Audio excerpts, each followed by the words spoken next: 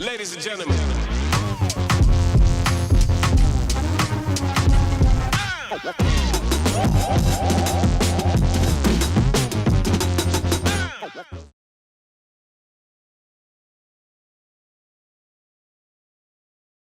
Everyone, and welcome back to the channel. Don't forget to subscribe. On today, we're going to be talking about dynamic pricing and how that's going to affect your bottom line, your dollar, as you begin to head out to the grocery stores in the coming future. And actually, in some places here already in the United States. So, dynamic pricing is a tool that's being utilized. It's like a data tracking tool that will alter the price of any particular item in any particular store from the shelf to the register, which basically means that when you go to pick up a box of, let's say, cereal that happens to be $3.24, perhaps by the time you get to the register, it has turned out to be $4.75. And they're using your data in order to do that. May say, what type of data? What does data have to do with it? Well, we all know that our data footprint, meaning your cell phone, of course, that's tied to chances are, to your banking account in some way, probably on some type of application, but your phone number, all of this information, your IP address, all of this information is tied into your data, your house, the area that you live in, what's the price of the home, the vehicle that you drive, your salary. All of these things are being stored in, data in like a configuration system. This is having a lot, actually, it is what data centers is about from my perspective, is housing all of that information. And also, we'll definitely do a video on data centers because it's way more than that. But bottom line is, it's a tool to control your financial expenditures. So if you're someone that's into, let's say, extreme couponing or couponing period, right? Or you do your budgets. Okay, I'm going to go to the grocery store. I'm going to spend X amount of dollars. And I've already itemized it. I've checked the store and I saw that tomatoes were on sale for, $3-4 or so, whatever the case may be. You already have that planned. But then when you get there and you put these items in your cart, the prices have changed. Now, some people are saying it could be less. The price could be less, but let's be realistic and let's be real. It's going to be more. They're not going to pour all of this money into this particular data tracking tool, into dynamic pricing to save your dollar. Chances are probably not, right? The prices are going to go up. And that is very concerning and alarming. Another particular topic that ties into dynamic pricing is the surveillance that's coming out.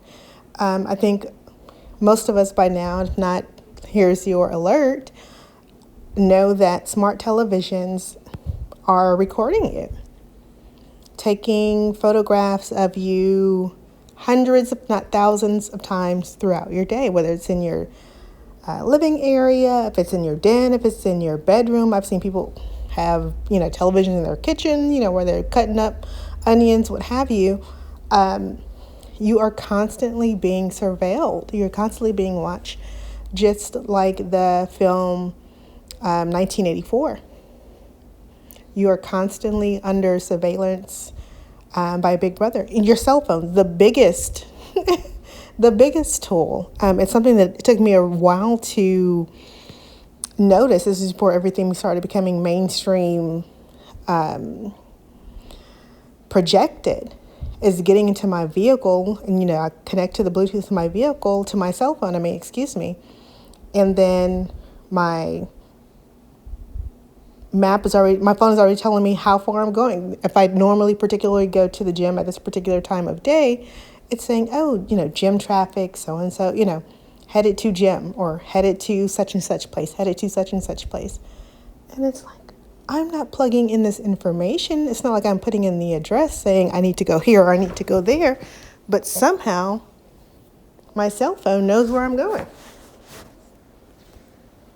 And that became very alarming to me. And this was several years ago. Before now, we know this information. It's mainstream now. They're not hiding it. But that was very alarming to me. And I didn't put two and two together. It was just really strange. Like, why is my phone? Yes, I am going to this particular place, right?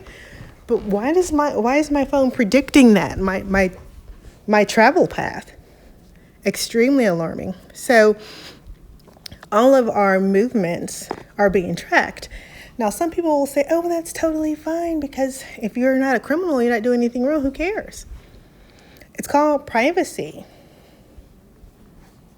It's called privacy. I don't think anyone that I know in particular has signed up intentionally and with full knowledge to be surveilled at all moments of the day. I know not one person, okay? So that's pretty alarming. And if you're being surveilled, at what point do you acknowledge that you're also being controlled? That's where we're headed. We're really already there, honestly. It's just not as noticeable, but we are. And especially once, I know Maryland has banned dynamic pricing from their entire state, but until other states do so, that's what we're being ushered into. You're telling me, prices, obviously, I was getting ready to say, well, you're telling me what I'm going to pay. Yeah, obviously, they've been telling you what you're going to pay for stuff, right? But the way that it's changing, okay? Then with the upcoming, I don't know if this is fact just as of yet, but if you allow Elon Musk to tell it, with universal income coming in probably within the next, at least 10 years, or at most 10 years, and social credit score, everything is about being controlled. Everything is about monitoring you. Where should you go? Where can you go? Right? How many children you can have. And some people say, well, some people shouldn't have kids because of X, Y, and Z. And some people shouldn't have kids because they can't afford children. They, have student loans. They haven't paid off their home yet. Or so you should just wait, Or I don't think this person would be a good parent because I don't like the decisions they're making. Yes, everything they do is legal, but I just don't think they would be good parents. I just don't think. Who is the judge of that? What gives any human the right to say this person should or should not have children, or should or should not be able to purchase this particular item or live in? I watched something, guys, and this is so I wish I could find this clip of, it was some summit. I think it was an international summit. One of these, meetings that they do internationally where people come together of power or of prestige or of influence politically. And she was saying that clean air should be a fee. Clean water should be a fee. Right? That was alarming. Now, yes, do we pay for sanitation services? Do we pay to make sure that our water is being sanitized, cleansed as much as it possibly can? Because now we're aware of what microplastics and all the kind of other drugs that are being found in water. But at least there's no fecal matter, or there's an acceptable amount of fecal matter, heaven forbid. But the clean air really got me. And how extreme does that go? How extreme does that go? Is it going to be like a apparatus that you place on cover your mouth with? And if you haven't paid enough for the fee, then you're just breathing in goobs and gobs of excess pollution, especially once all of these data centers get up and running. I mean, Lord. And when you look at movies like Enemy of the State, and this was then, even though that's a total fictional film, right? It's not based on a true story that we know of. Just an excellent movie with Gene Hackman and Will Smith and Regina King and I forget the guy's name from The Sopranos. Wonderful cast, right? Wonderful film, action-packed from start to finish. Lisa Bonet's in it as well. But all of this stuff is not completely made up. It has a foundation from somewhere. The amount of surveillance that was portrayed in that film was not just an idea, guys. And now we're seeing a lot of that come to play. Movies like Murder at 1600 with Wesley Snipes and Diane Lane. A line that she said that always stuck with me, she said, "These people can make you disappear." And then you fast forward to all of the scientists that have been coming up missing in this year, and I think the end of last year, 2025. So there are things that we don't know in terms of having things confirmed factually. Here's the documents, right? But there are things that we instinctively and intuitively know, like something is up. Something's not right. Something is suspicious. Something is off.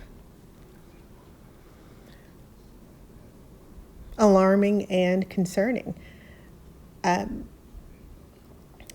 I don't like to think of myself as some conspiracy theorist. No,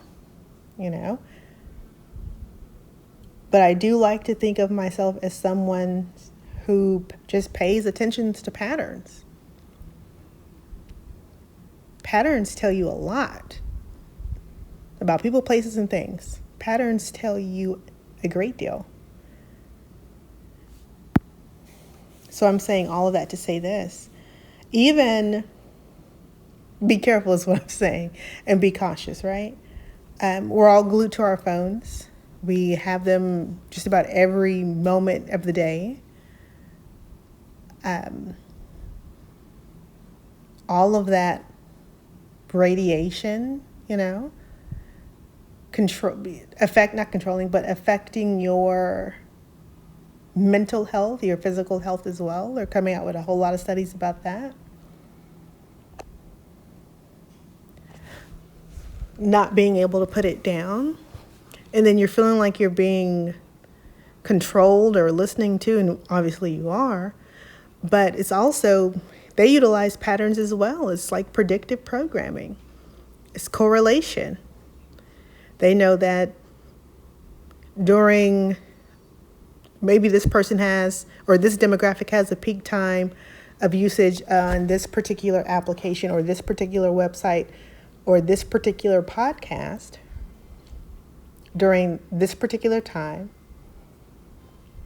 And we see that patterns show or correlations show that this particular demographic also buys wine, or this particular demographic. This is something that they noticed when Oprah was at the height that she was. Okay, well, who's watching her show? These stay-at-home moms.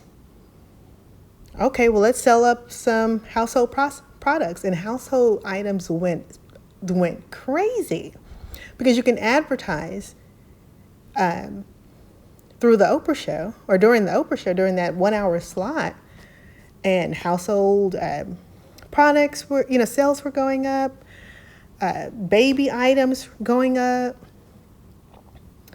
selling prepackaged meals, those were going up. It's like the Super Bowl. If you wanted to advertise something, you wanted to advertise it during that time. That's why people pay so much money to advertise during the Super Bowl, because sales are going to go bananas. You're reaching people that you would never have reached before. The amount, the magnitude. So there are always strong correlations.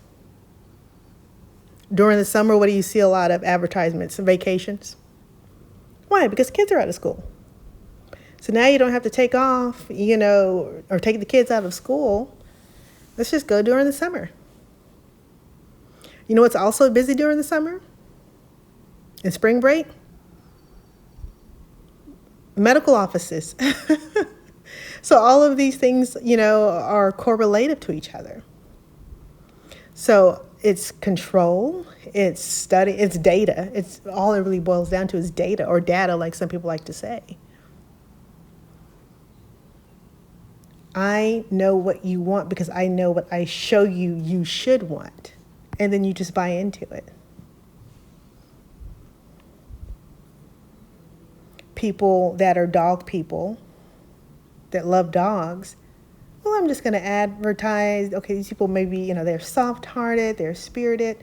Let's, advertise some pet stuff. All right? Some outdoor stuff. Most people that have a dog have to be outside. Let's advertise some of those things. Outdoor stuff, hike and bike stuff. Pooper scooper stuff. Doggy bags kind of stuff. Sunscreen, caps, shades, doggy shoes. All of this stuff is relative. So we're being moved towards a world, and we're really already in it. It's just they're still working on some tweaks to where everything that we do, everything that we say, and most of what we think will be on display somewhere in a room with no one we know. And what can we do about it?